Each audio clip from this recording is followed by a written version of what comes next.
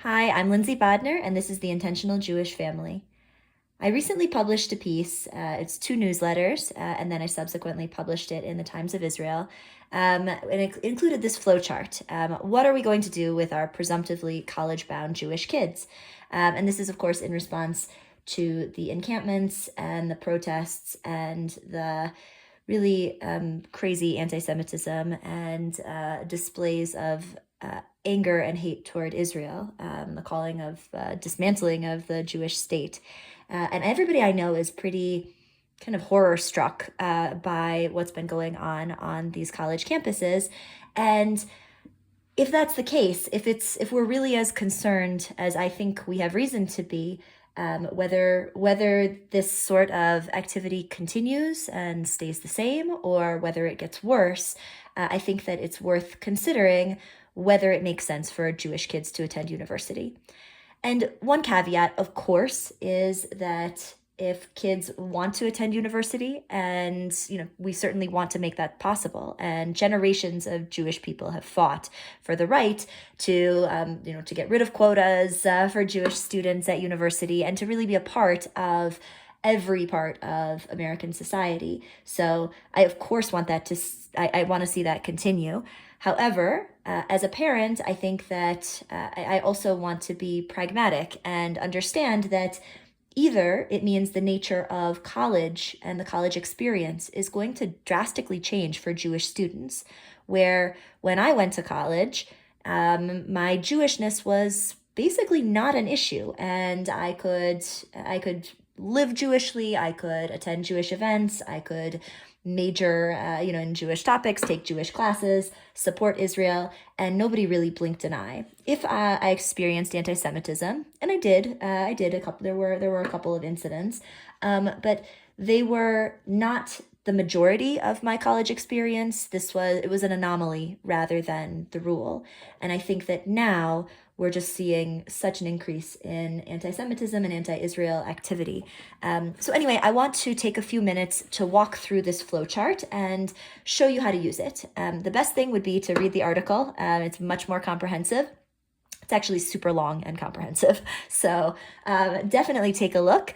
But before you think, wow, like there's a lot missing in this flowchart, it's a flowchart. It's not meant to be comprehensive. It's meant to give you a framework to help you think about anti-Semitism on campus and what to do.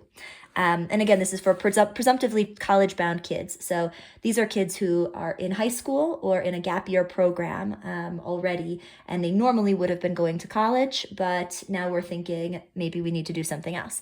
And of course, it's also for parents of younger kids where we have much more time to assess the situation. So, because everybody experiences what's going on really differently, I would say that we start with the question, what does anti-Semitism on campus cause? All right, so does it lead to occasional and or mild psychological discomfort that may limit some student involvement in groups or activities? Does it cause constant and or extreme psychological tension that can stymie learning, negatively affect mental health, or seriously inhibit integration into key college communities, right? Like the reason that we go to college in the first place. So relationships with professors, peers, and research opportunities. Or does it pose threats to physical safety? All right, and so depending on where you land with that, you're going to move to some of these options on the next line. Now, just a moment, just spending another moment here when you try to figure out what you think anti-Semitism on college campuses causes for your student, or would be likely to cause for your student. So consider both the nationwide data and school-specific data and anecdata. So if you're thinking about sending to a particular school, think about what's going on that particular college campus. And I list some great resources for considering these things. And of course, the resources will change as time goes on. But some of the resources I listed were the ADL Anti-Semitism College Report Card. They go through and they rank a lot of schools in the United States based on how they're doing with anti-Semitism. And I hope they keep that list current because I think it's really helpful for Jewish families to be thinking about. there are also several podcasts discussing the issues at hand, and then there's also data from there's a great organization called CASG. It's part of the collaboratory at GW, and they help us understand different data coming from inside and outside the Jewish world.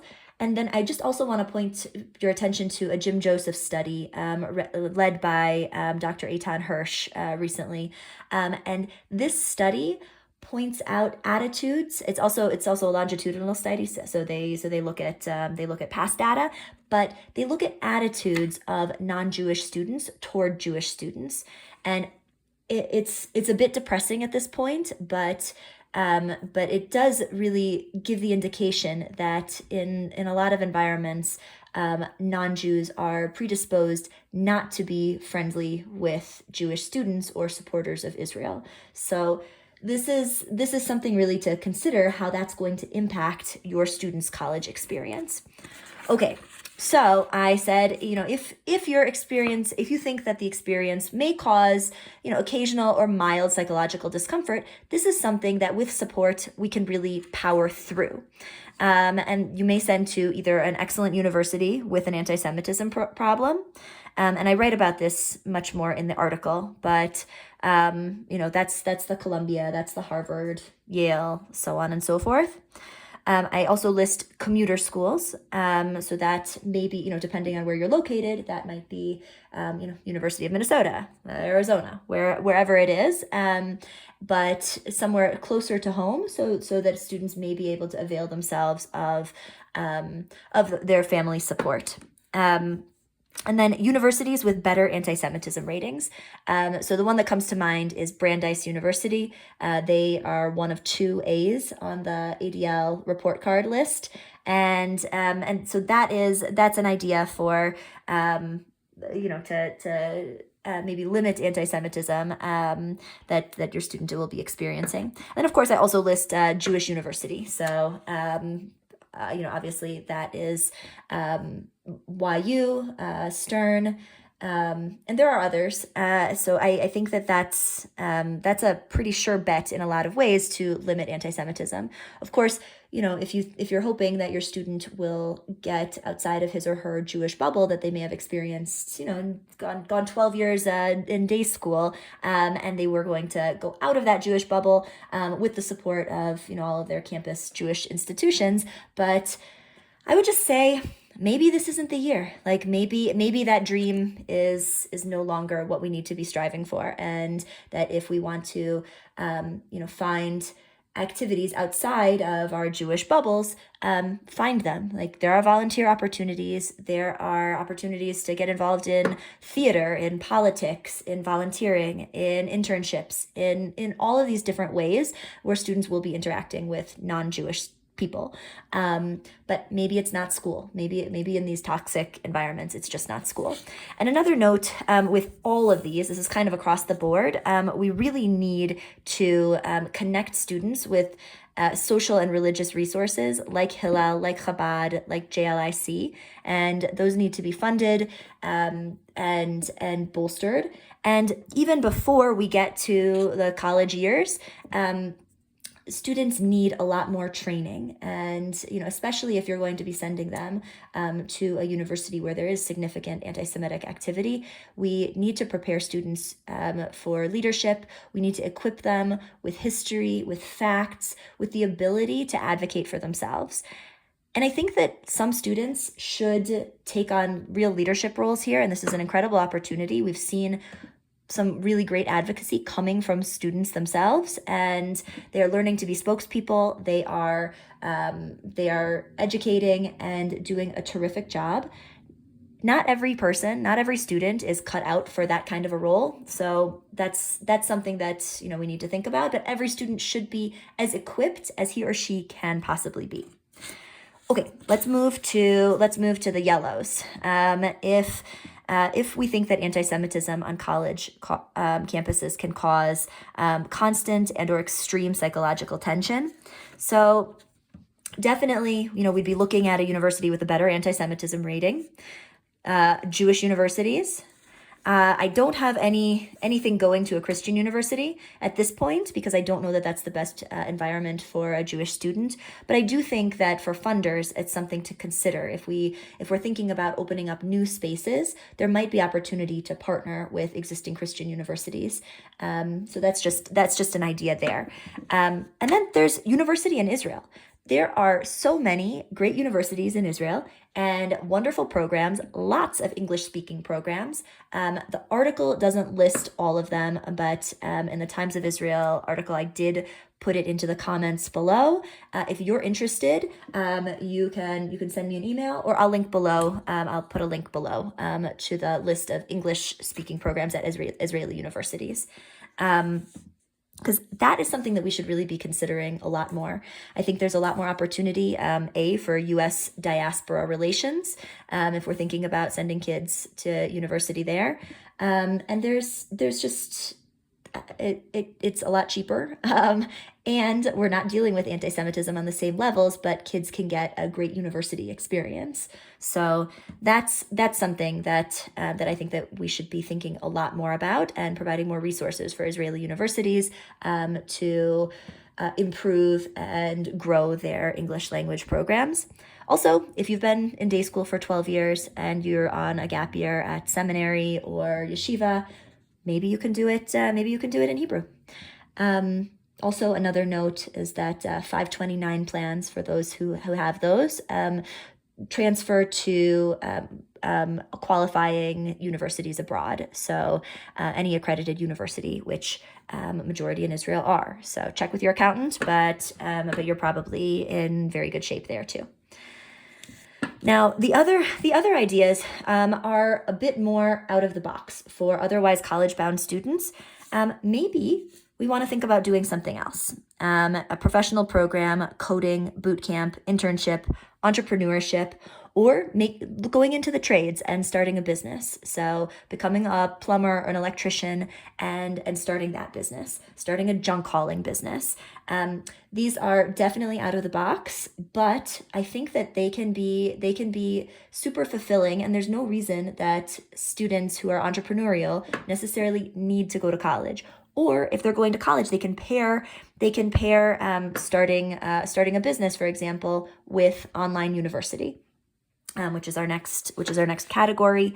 But before we leave this, this is also for students who may know that they're eventually going to go into the family business. That you have a family that owns a real estate business, or that has an accounting firm, or whatever it is. And normally you would have sent your kids to college first. Well, maybe this year, maybe we're thinking about doing something different, and again, having them pair an online degree that they can get with beginning that professional training and taking ownership for something that they're doing a lot sooner. Okay, online university. There are great ones that are online only, and there are other programs at existing universities that are online. So that's something to consider. And the beauty of this is you can pair it with other options. You can do it, from your vacation place, or at home, or pair it with working or a job, or something else, or you can finish early is another thought. And then I also listed new or alternative universities. The obvious example for that one is the University of Austin, which was started by Lawrence Summers, and Barry Weiss has been a big proponent. It's not to be confused with the University of Texas at Austin. The University of Austin is designed to be a very free-thinking university, getting back to some of those liberal values and the founders of University of Austin believed that universities had lost their way, and I can't really argue with them at this point. So that could be a really interesting opportunity. It's not beginning a moment too soon. The first class is starting in fall of 2024. So that's one to keep an eye on, and that option, either that option itself, University of Austin, or similar new universities or university-like structures, might also be great opportunities for kids. Now, I didn't mention this here, but this is one that I would like to add, of course, is the armed services. That is another option, and think about sending kids to West Point or another of the military schools where they could have that kind of a career and serve the country. Regardless of what your student is doing, we really need that scaffolding, that support system for making sure that they have social and religious life. And this is something that we want in all years. And we want to ensure that that kids are are at college or beginning their lives and have those sort of connections. But I think that now with anti-Semitism on the rise, they really need that kind of home base with their peers, home base with leaders in their university space. So again, the Hillel, Chabad, JLICs on campus are really big, are really important at this point. And I already mentioned strengthen those social discourse skills, and that really belongs like kind of up here before they're attending college. So before we even get to this flowchart, strengthen those social discourse skills and their historical knowledge, and we need to provide mental health resources and just be kind of ready with that. And then finally, we monitor progress and adapt as needed. If you start in one of these and it doesn't seem to be working out, I think we have to be more ready than usual to pivot and to pivot quickly. And what's at stake here? I mean, this is our kids' academic futures. Nobody can succeed academically with the kind of cacophony of these encampments and anti-Semitism happening on campus. That's really difficult. So what is the purpose of college? In theory, it's to gain skills, gain social connections, and learn and do well academically. So that's in jeopardy. And then even more so, I'm concerned about our students' mental health and what going into an environment that is so toxic and difficult can do to our students' mental health over time. It seems to be a recipe for disaster. And third is our students' morality. Being in an environment where people are constantly saying that the only Jewish state doesn't deserve to exist and that it's committing genocide and all of these really spurious accusations, I can't help but think that after being exposed to that for a long time, and from your peers and your professors, I think that it's only natural for somebody to consider that. And if our students start weighing those ideas and that are like pounding at the door, I think that it's reasonable to assume that some of our Jewish students will then internalize them and will lose their moral compass and lose some of the values that we have so carefully sown over time.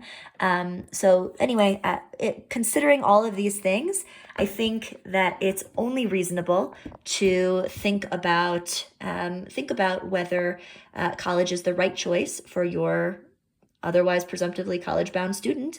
And if so, then we have to be very careful about how to proceed. But just want to provide you with a framework to think about some of these things, and I hope it's helpful. Thanks. Bye.